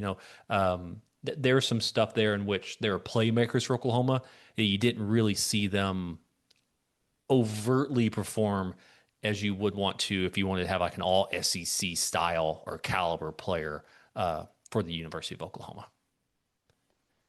Yeah, I mean, they looked exactly like they were supposed to against an outmatched opponent, which is something we couldn't say for the offensive line. So, these are good things when it comes to the defense. They also showcased with a very vanilla game plan and vanilla play calling for the most part. There were a handful of blitzes called, Peyton Bowen off the edge. I think Kobe McKenzie, like one of my favorite plays of the game where he just like runs straight through the gap and just blows up the running back and blows up the play. He doesn't make I think the quarterback threw it away and just kind of flailed it. But I love when linebackers just crush running backs. It's always fun to watch because it destroys the play. It always does. But one thing I did notice, guys, that was a little bit, please don't let this be a thing, Brent. Don't let this annoy the shit out of me. There were a handful of times where Brent is waiting to call the perfect play, and then he calls it, and the offense is already lined up, and then the defensive line rushes to their stances, and then the ball gets snapped. I hope with him calling plays that this doesn't happen when you play Michigan and then Auburn and some up-tempo teams that are really good in the SEC, Allen, because I mean, maybe I'm just hyper focusing on one or two plays. It just seemed like it happened enough for me to like question, is this going to be something that happens a lot where we meerkat as a defense? Mm. 'Cause I don't want to see that. Yeah, that's always been a criticism with, well, really with OU's defensive coordinators in general, right? And offensive coordinators.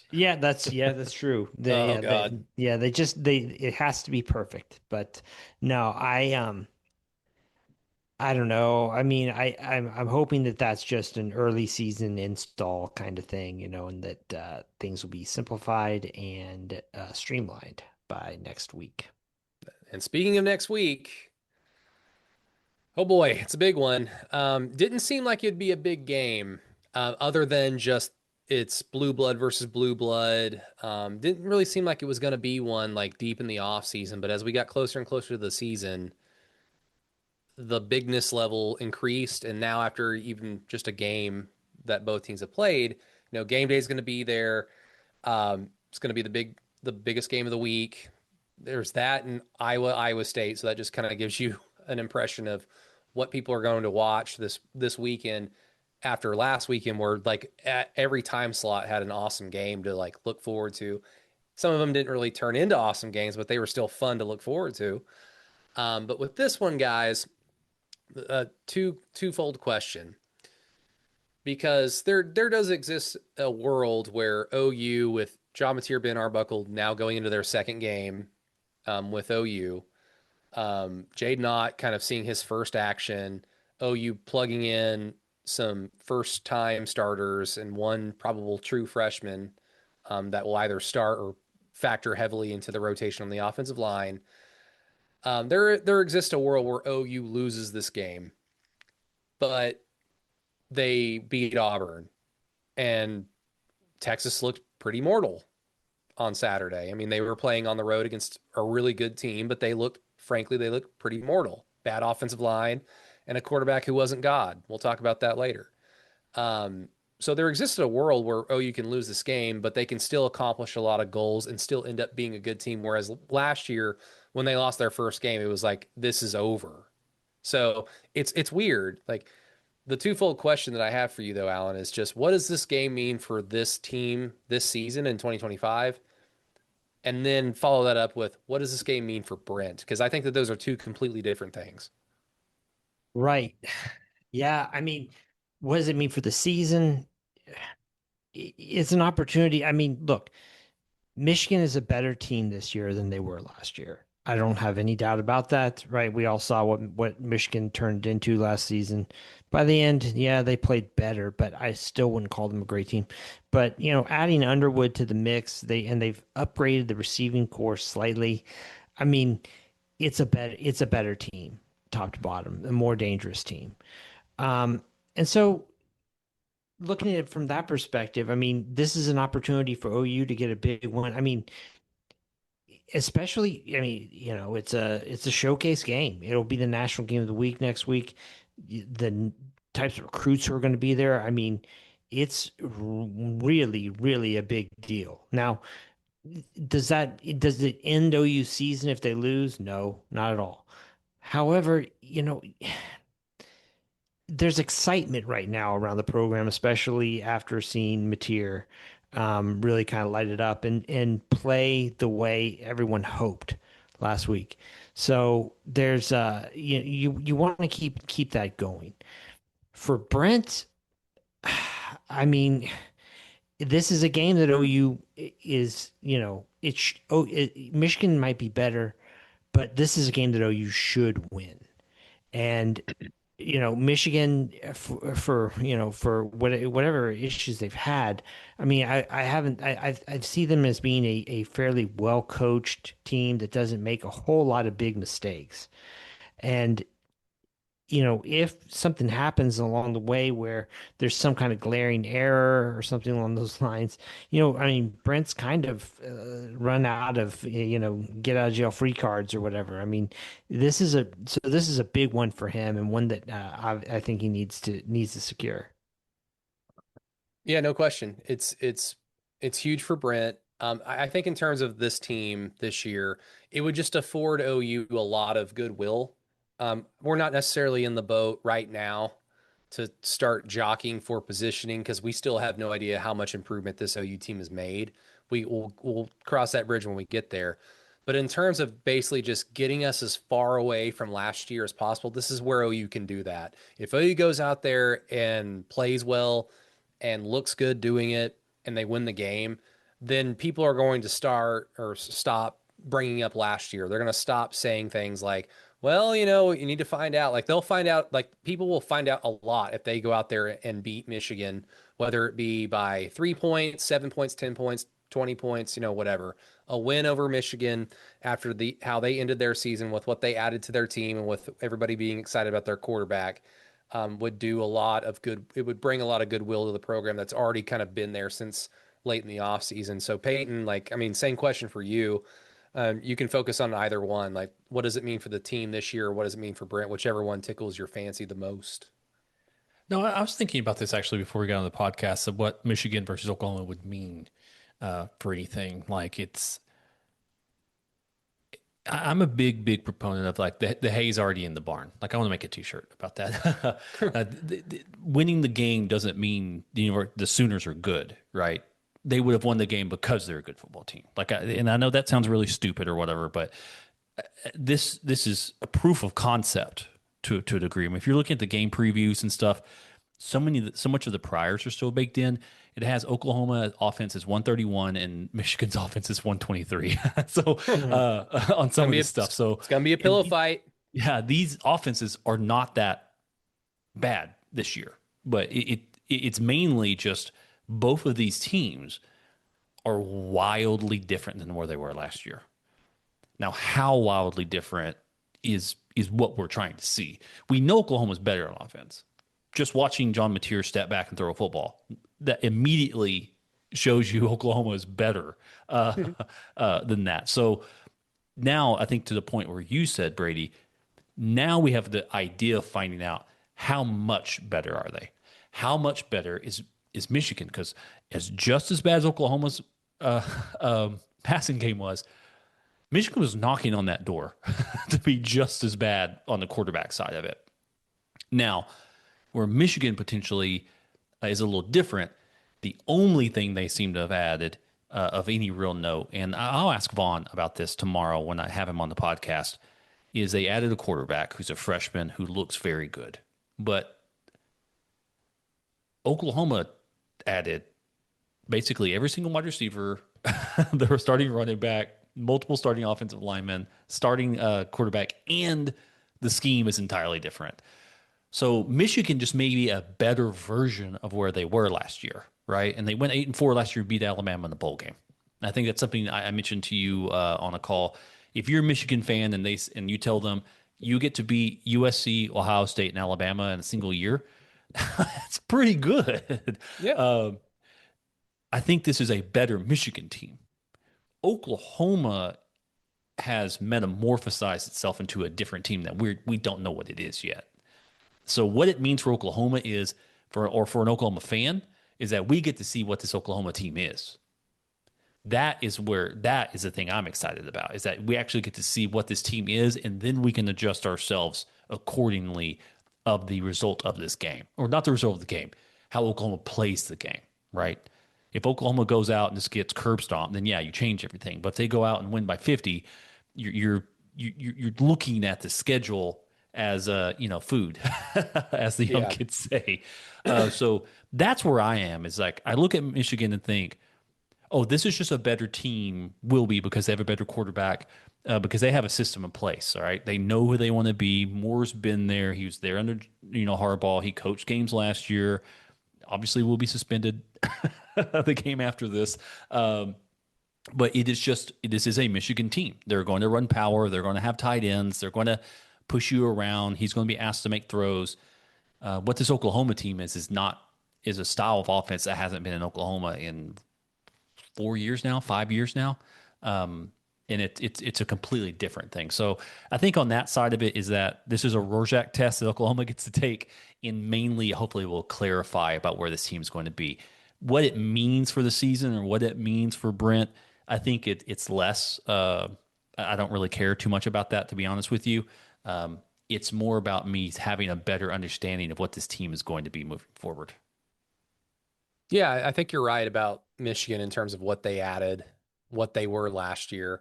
I mean, I gave them credit last year because in anticipation for this game, like knowing that this was on the schedule for the next season, it's like, yeah, OU and Michigan just both sucked, but Michigan beat their Texas. I would have loved to have sucked and beat our Texas, but we couldn't do that. We didn't even give ourselves a chance, let alone be competitive. So I mean, you got to give Michigan credit for that. It would have been interesting just in a bizarro world scenario where what OU last year would have looked like with Michigan's schedule, but that's silly because if OU's in the Big Ten, then they're stylistically probably different than in Michigan. If they're in the SEC, they're stylistically different. So they just both were bad last year. Both teams improved in terms of development, maybe more so on the Michigan side. And like you pointed out, Peyton, with OU, the addition and some of the addition by subtraction side on the roster and just bringing in guys that are big playability types, losing guys who fumble all the time, stuff like that. But I mean, Alan, what do you expect to see? And we've already kind of shared our score prediction. So if you want to like bake in your score prediction in what you expect to see, then be my guest. Yeah, I mean, Michigan is going to play a grinding style. That's just how it is, I mean, they'll maybe try to eventually open up some stuff, deep by, lulling you to sleep kind of. But I mean, I mean, it's a very meat and potatoes style of football. It's the kind of football a lot of times I wish OU played. But you know, from what I've seen, you know, Underwood is good.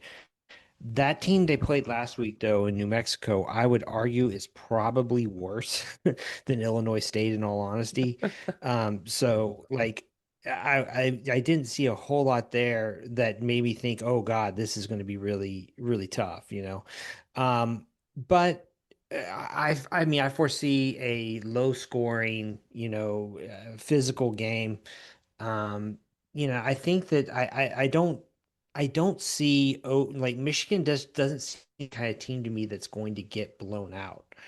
Um, so you know, I mean, in my mind, I think you know OU maybe gets away with like a field goal, like 20-17, low scoring type of physical game Ooh. that is you know is exciting, but you know hopefully gives everybody something to be pumped up about.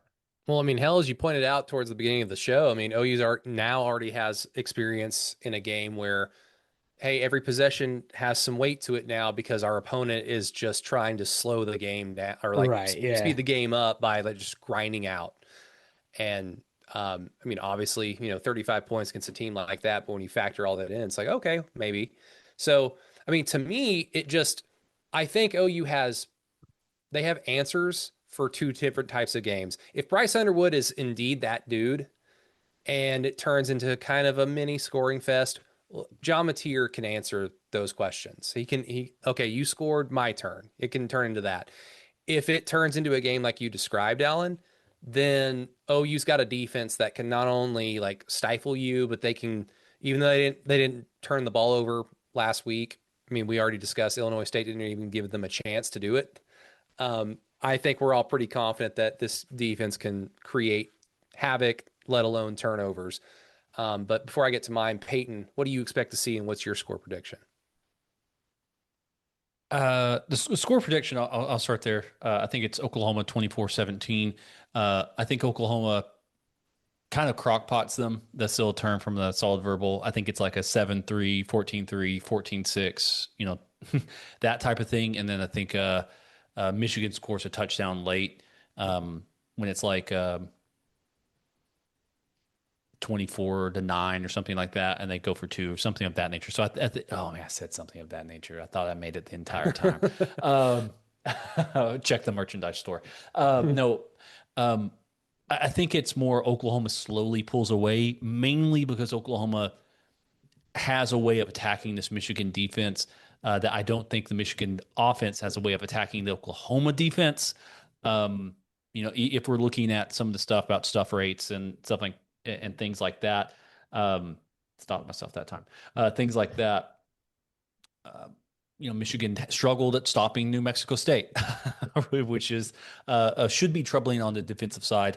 You know, as vanilla as they may have played, Oklahoma played an extremely vanilla defensive scheme, and they just completely shut down the Redbirds. So I think Oklahoma has a little more juice on the offensive side to kind of get them going. Bryce Underwood and I'm not going to lie to you, I watched the highlights, I watched his plays. I really like him as a quarterback. He's good. Yeah, he's good. He is good, man. He Yeah, makes there's some no throws. yeah. He's got some touch in there. He's got some touch in there. I was like, man, John Mateer needs to figure out how to do that. But it's mainly due to his throwing platform that the release. Bryce Underwood just looks like a day one NFL draft pick kind of a guy at this point in time. And then I saw him do that peel back block to get the running back open for the touchdown. And I was like, man, this dude, he's going to be a player. I think it's just too early for him. Obviously, he's a true freshman going down to Norman, going against Brent Venables, who is he's going to pull Matt Patricia and he's going to disguise the coverage. And I don't know if a young quarterback is going to be able to handle that. But I think it should be good for Oklahoma. And they pull away, and Michigan, kind of like Texas against Ohio State, gets something late to make it look a little better than it may have been. Yeah. I mean, hell, we got to carry the flag for the SEC because boy, did they not look particularly awesome in the opening weekend. Anytime that they played somebody with a pulse, except for LSU, so good for them. But I don't give a crap about the SEC. I just care about OU.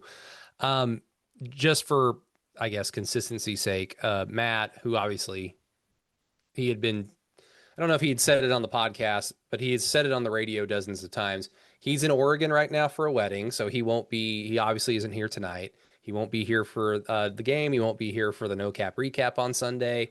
Peyton, I believe that'll be probably you and me in person, unless you've got plans early Sunday. So look forward to that.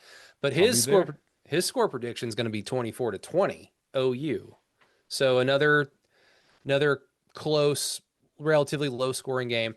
And of course, I have to be different, but not in the way that I guess is typical for some of our listeners whenever they think about me, which is always a pleasure. I've got OU 34-21 because I do have respect for Bryce Underwood. I thought the same thing. He's good. And I think there's going to be a period of the game where it's going to be pretty back and forth.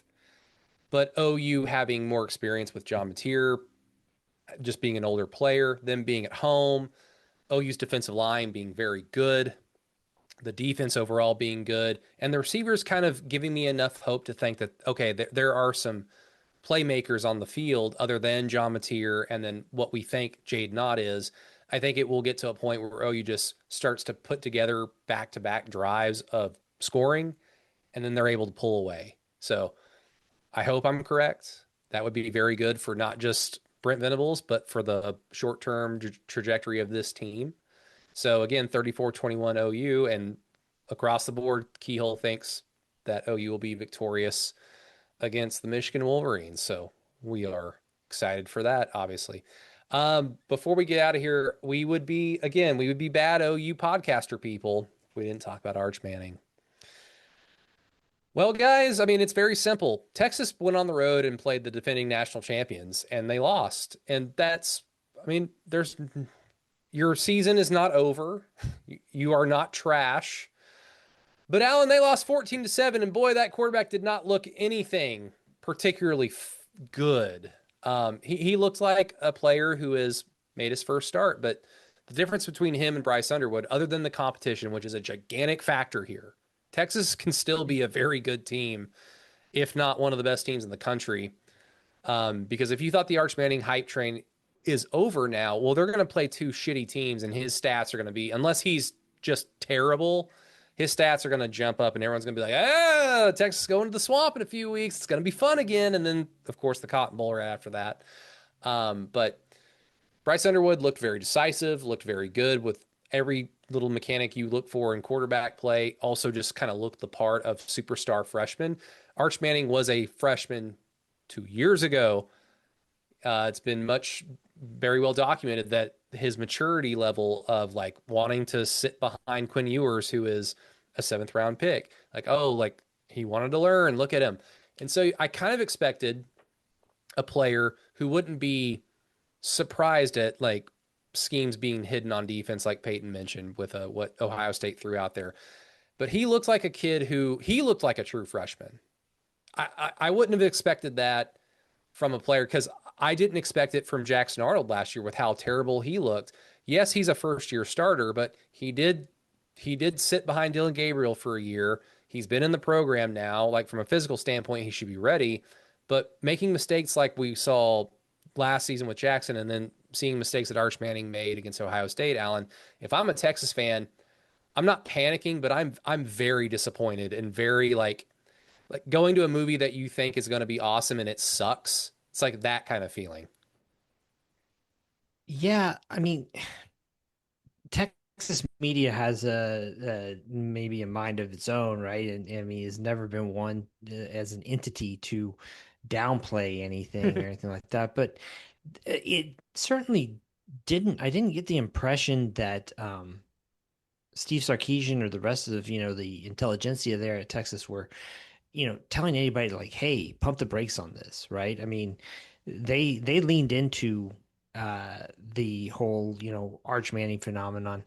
And there's no way to say that was an enormous flop.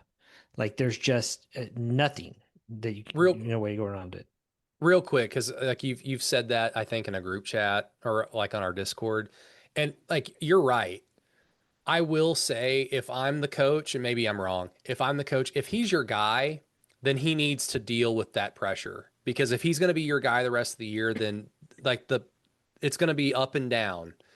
And if he can't if you have to go out of your way to tell the media to pump the brakes, then I think that you've already lost. So you kind of have to like set him up to fail in a respect to see where he bounces back. Because if Texas is going to reach their goals this year, it's going to be because Arch Manning is actually good and he bounces back from this performance, if that makes sense. Right, right. I mean, I think the difference here is everybody's got sources inside a program, right? That reports on this kind of stuff. But all of those sources were very, very encouraged by what they were seeing, Yeah. out of Arch. So, I mean, look, I the best description I've heard about this actually, Bud Elliott was talking, before Arch's freshman season. He said, "Listen, the guy is a very, very good quarterback prospect. He is a 5-star quarterback prospect. He is not the best quarterback prospect any of us have ever seen. That part is totally a media creation." And I mean, again, that's the way I felt watching him last year in the 2 starts he had, where there was a lot of bad, some good. The physical stuff is all, I mean, it's all there, but he wasn't he wasn't doing anything that I saw watching saw, oh God, I thought, oh God, like he's going to take Texas to another level.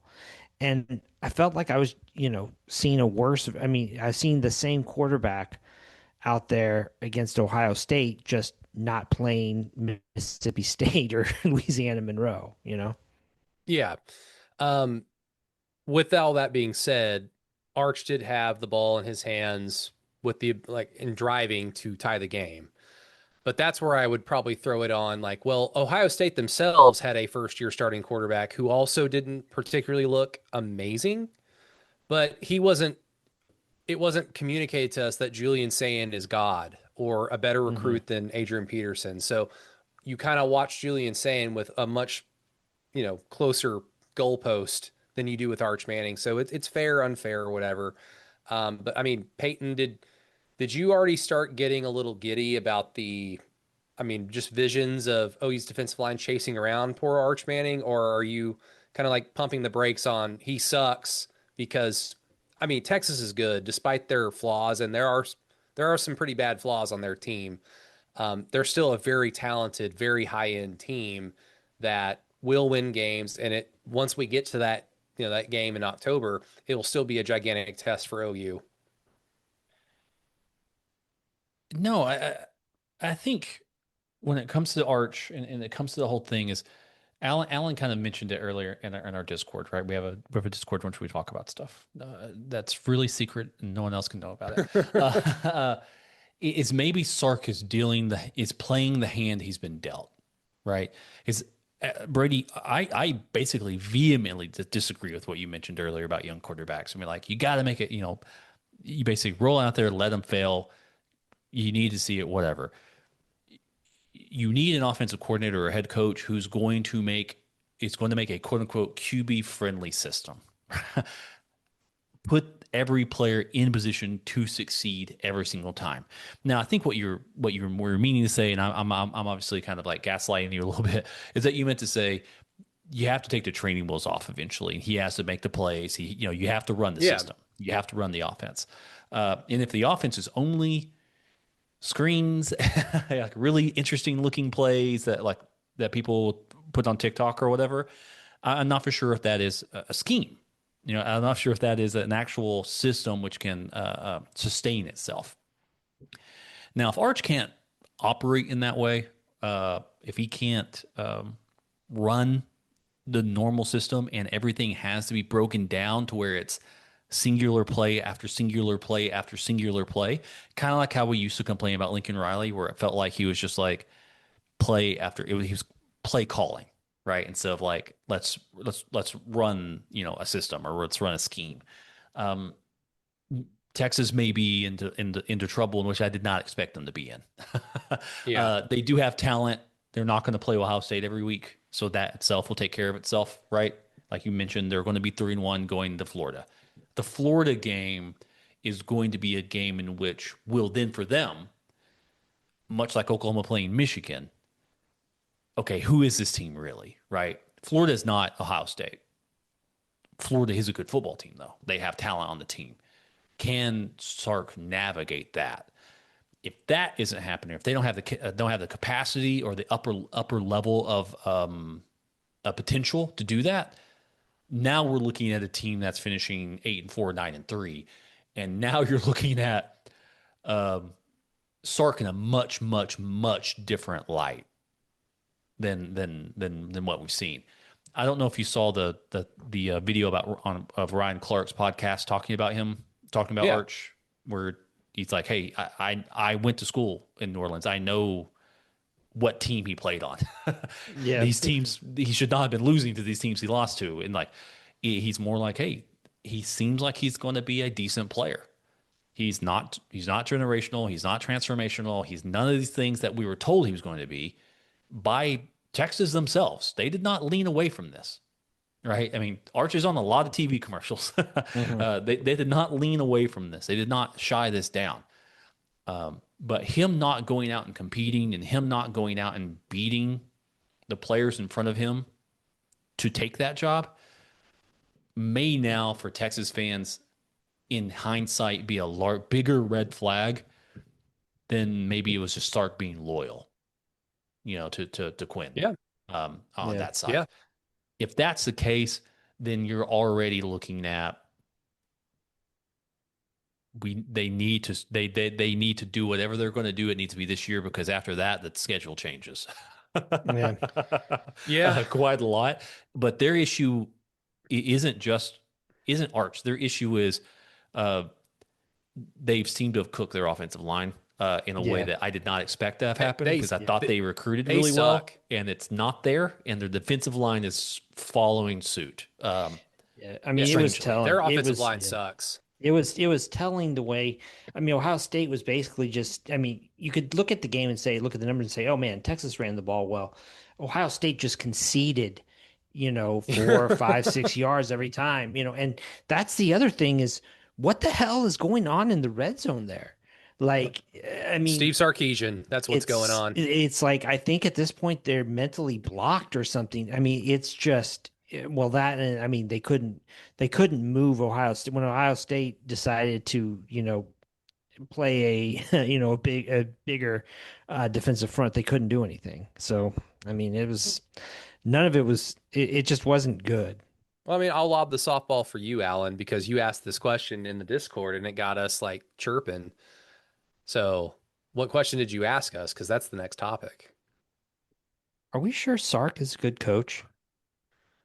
Like, So, what I told my cousin who texted me, like, as the game was ending, the Texas game, and he's a Texas fan, he asked me basically the same question, like, what do you think about Sark? And I told him that I think Sark is very good at holding his players' hands. I mean, what Peyton already mentioned and described. He's very good at holding his quarterback's hands and setting up a very friendly quarterback system. You can do that in two different ways, though. He does it in a way where you don't even have to think. I'm just going to do it for you. You just throw the ball there and it's going to look awesome. And it works for Texas because obviously Texas has seen a lot of success under Sark in just a short amount of time. But it doesn't help when you play a 2023 OU who's healthy and capable of beating you. It doesn't help when you play Georgia last year twice because in games like that, you need to look at your quarterback and your best players and just there have to be moments where I can't always help you. You need to go make a fucking play. And Quinn Ewers would routinely just not make a play. He would turn the ball over, bad throw. They'd have to punt, whatever. He wasn't that guy. He was just a slightly better elevated Landry Jones. He just could not make those plays against the better parts of their schedule against better competition time and time again. Because the other way that you can do it is the Lincoln Riley way, where he obviously sets his quarterbacks up to succeed, but they also individually develop. And maybe it's just because Lincoln had guys who were just better and destined to be better and destined to go to the NFL, whereas Sark has had Quinn Ewers and now Arch Manning, who again, who knows? Um, so it's probably unfair to say that, but it seems like Lincoln does a better job of setting his players up to like have easy stuff, but also have moments where they can just go out and fucking ball. When you've got a Caleb Williams and a Kyler Murray and a Baker Mayfield, yeah, just go out there, like screw the play, just do something. Um, so it's weird. I think Sark is a better coach, head coach, leader of a program, because a lot of that is just comes down to who do you hire on your staff than Lincoln Riley. I think Lincoln Riley is a better offensive mind than Sark. So I've always called Sark like Diet Coke Lincoln Riley for that reason. So it's weird. He's good. He's clearly good, but is he where the media has like thrusted him in the last 2 years? I don't think so. To answer your question, Alan. Yeah, I mean, there's all the talk, well, oh, he studied under Nick Saban. He's going to bring the Nick Saban blueprint to Texas. And let's face it, there's Saban's one of one for a reason.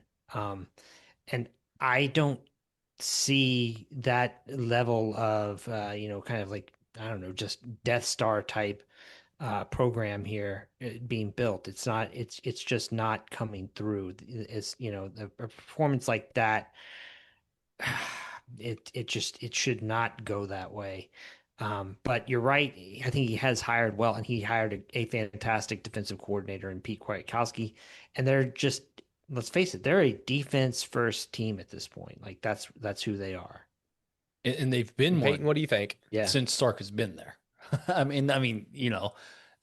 Pete.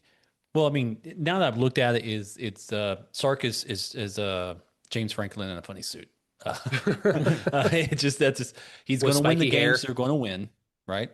They don't. Texas are very under once Sark has gotten his guys in, has recruited well, and maybe that is the Saban model, right?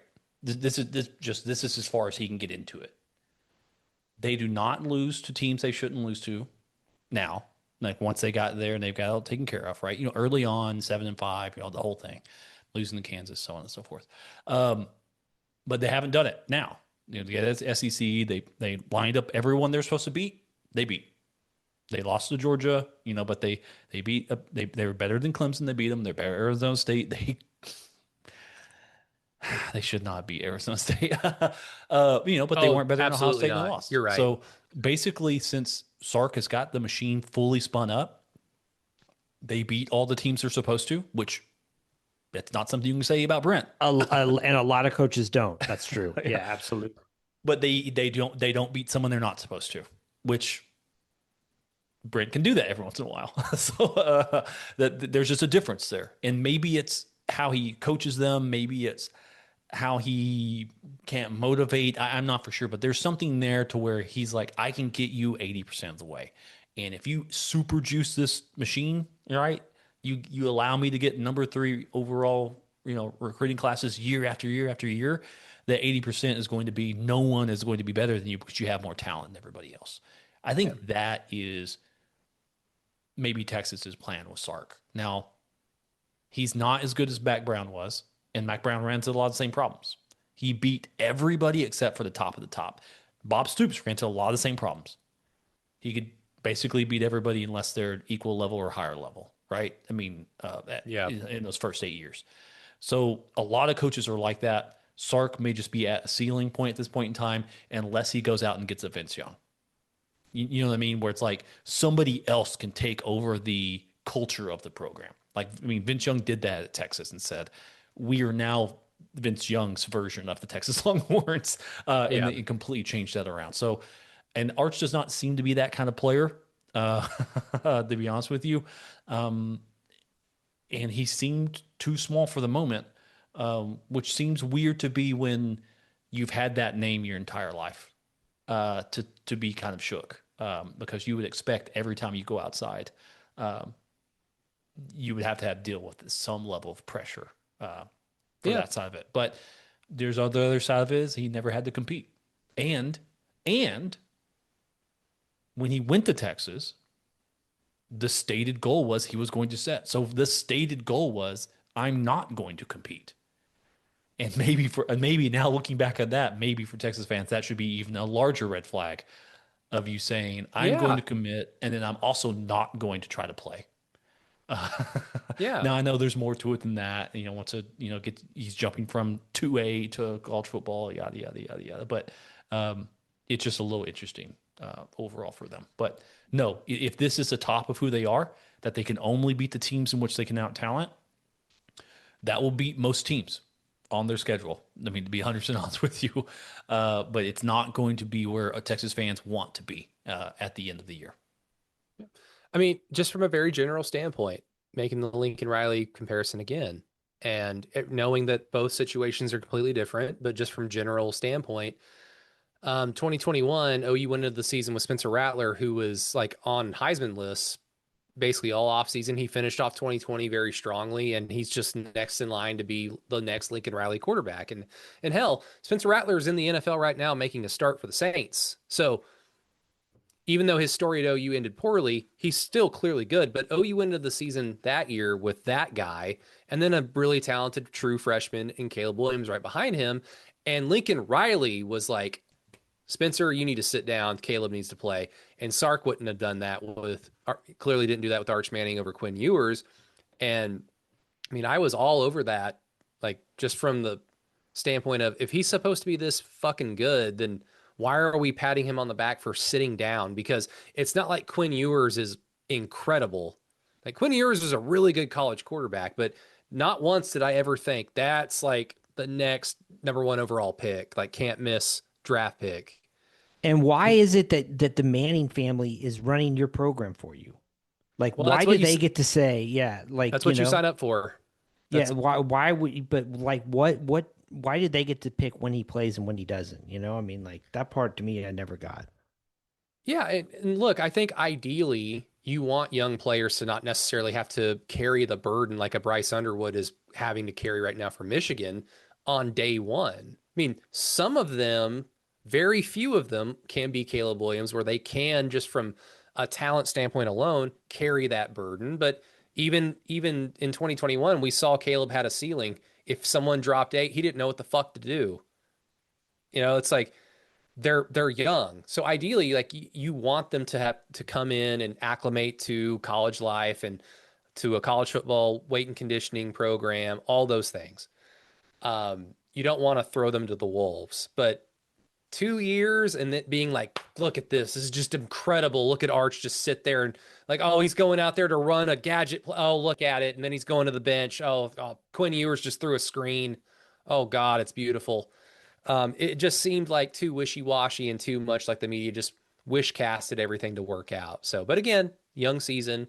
If I'm a Texas fan, to my cousins, if they're listening, if I'm a Texas fan like I am an OU fan, the season is not over, but I would be very, very, very disappointed in everything and not looking forward to much else moving forward. Because again, I'm just kind of a pissant sometimes.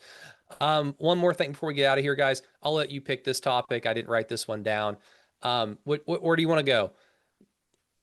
Alabama's dead, or hey, Jackson Arnold's a hell of a running back. Which one do you want to do? I say Bama. Boy, I didn't think Florida State was as bad as their record was last year. I thought some of that was DJU just as an awful, awful, awful quarterback, and they just had a string of bad luck. And then at some point, like the guys just kind of mentally checked out, and they had a really awful record.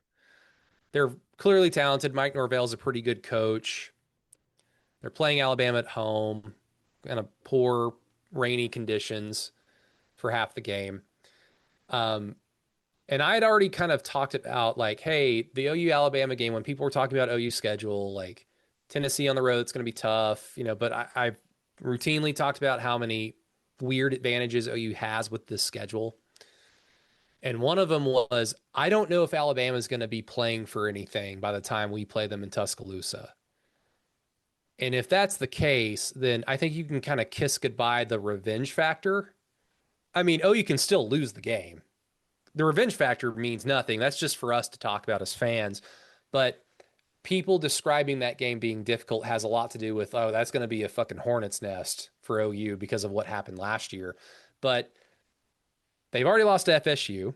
They still have LSU and Georgia on their schedule. They have Georgia like in a few weeks on the road. They have Georgia and LSU before we play them. I mean, guys, like you don't get to replace Nick Saban. I'm sorry. Like, oh, you didn't get to replace Bud Wilkinson. They didn't get to replace Barry Switzer, and to a large extent, they didn't really get to replace Bob Stoops because we know what happened with Lincoln Riley. So, I mean, Peyton, I'll start with you. This I didn't expect them to lose opening day, but man, so many crimson flags for the Crimson Tide.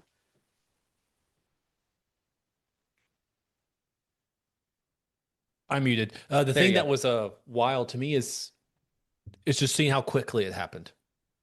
It's game one. They lose a game, right? And now teams can lose games. That happens. It's when you look at how the team is playing. Like, I mean, there's guys being like, I counted 21 loafs or whatever, like where players are kind of jogging on the field, not really trying, not being engaged in the play, or the wide receivers are stepping back, shooting fake jump shots during like a really pivotal moment, trying to pick up a 3rd and 1. It's like, who is this? Is not it? It's immediate. It's like this is not a Nick Saban team. That nothing has carried over. There is no like the really hardcore dedication. Now stuff has come out that Ryan Williams has deleted his Twitch account. So it's like okay, maybe somebody said no more playing around, no more being a player's coach or whatever. But at this point in time, it may be too late, right? And I had the Alabama guy on Yeah. for the summer conditioning, and the thing that he was extremely, extremely excited about, and I cannot remember the guy's name, I apologize, was that Kalen DeBoer was able to, I'm trying to pull it up as quickly as I can. He was able to get a lot of seniors to come back, right, for this year. And the idea is, so they kept guys from entering the portal and they got a lot of seniors back. Like this should be a very talented team because they got these guys back and really buy in into the Kalen DeBoer system and culture. And maybe in order to do that, he had to, what was that guy's name? Dave Osment from the Alabama podcast, Alabama football podcast. Go check him out. Maybe in order to sway those guys from leaving, he had to take a lesser, a less strict tone than a Nick Saban would, right, from that side. But Brady, as you said, if it's a really heavy team, really heavy senior team, where it's like this is it, we're going out, this is Alabama, and they lose a couple of games, it has a potential of the wheels coming off. Like these guys are being like, I came back for this. I mean, it could be that, and you could be looking at, a 2024 FSU situation to where Yeah. it starts steamrolling in a negative way. Um, I haven't heard anybody like what Drake said his last year, where they're like, "Is there still something to play for?" And he like looked at him weird, like, "Yeah, dude, I'm playing football. This is he has like that weird dock worker accent, like he's like a union guy about to break somebody's neck." He's like, "I'm playing ball. I'm here to play ball. And I'm going to win." I don't see that attitude so far from this Alabama squad. And then Kalen DeBoer, if you saw his press conference, looked confused. Like there's a reporter saying like it was like you said in the Florida State week practice is really good, a really good practice. You felt really good, and Kalen's like, I didn't say that. What are you talking about? And like it's very Oh very strange no. of like how twisted this has all gotten, but how quickly it went from losing a game, which I said people lose games, to losing a game in the body language of your team being so non-Saban like, people are immediately looking at your buyout. Right? I mean, that's the 70 thing that is million. strange to me. Yeah, Yeah. he's not going anywhere for quite a while. But it is very odd. I do want to say Josh Pate very quickly announced his new ratings. If you saw that, still number one. Texas Longhorns, number two Ohio State. Again, I know their power ratings, not rankings, but the ratings, something's got to be cooked on the method, on the model, if it's still spitting out Texas number one after that. But anyway, It's because of Colin. It's because of Colin Simmons and Anthony Hill. That's why they're ranked number one. But they don't block. They don't run block or pass block and throw passes in that for that team. Unfortunately for them. Um, yeah, it's look. It was very obvious, Alan, that yeah, Kalen DeBoer is not Saban. I did applaud them for going in a different direction, albeit a different direction, but still like a very well thought of, highly thought of coach who has proven it at multiple levels, multiple programs at a high level. At the same time, though, it's just there's like a cosmic rule that you cannot replace the greatest head coach of not just your program's history, But in this situation, the greatest college coach of all time and Nick Saban, you can't do it. Yeah, They could have hired Dan Lanning, and I think Dan Lanning would be failing right now in a week. Like, even though it seems like, well, his style is different than DeBoer, so it would work. I think that there's just a rule that you can't do this, and unfortunately DeBoer is the victim here. yeah. I mean, look, Alabama probably got down to like their fourth or fifth candidate here. Let's be real, right? Because guys like Steve Sarkisian would have been higher on their list. A guy like Lanning, Norvell, whatever. And the reason those guys are passing on that job is what you just explained. You can't win. Like if you're not Nick Saban, you're a loser. And if you're Kalen DeBoer and you're coaching at Washington, well, you have to take that offer because it's Alabama. But the monster there, man, like just can you imagine? Imagine, I guess, think about it like this. Imagine being one of Saban's players and then Saban leaving and like how I guess like you're so used to him having that like whole Darth Vader like stranglehold on the program. Whoever's going to come in, it's just going to be like a whole different attitude, right? A whole different culture. I mean, even if DeBoer isn't Mr. Player's coach, at the same time, it's going to be you're going to let up more because you just don't have that same driving force there. Um, and so, I mean, I think DeBoer, I still think DeBoer, in all honesty, is an excellent coach. He's won at places where he didn't have the same kind of resources that he'd have at an Alabama. I think in this case, maybe it's just a matter of the time being wrong, just like you're Yeah. saying, it's just too hard to do that kind of thing. Yeah, he will look really awesome at Florida. If Florida falls off the map and they're like, screw it. If he's available, if Alabama does part ways with him because it does fall off and they're like, oh, I don't care how much the fucking buyout is, he's gone. And he's available.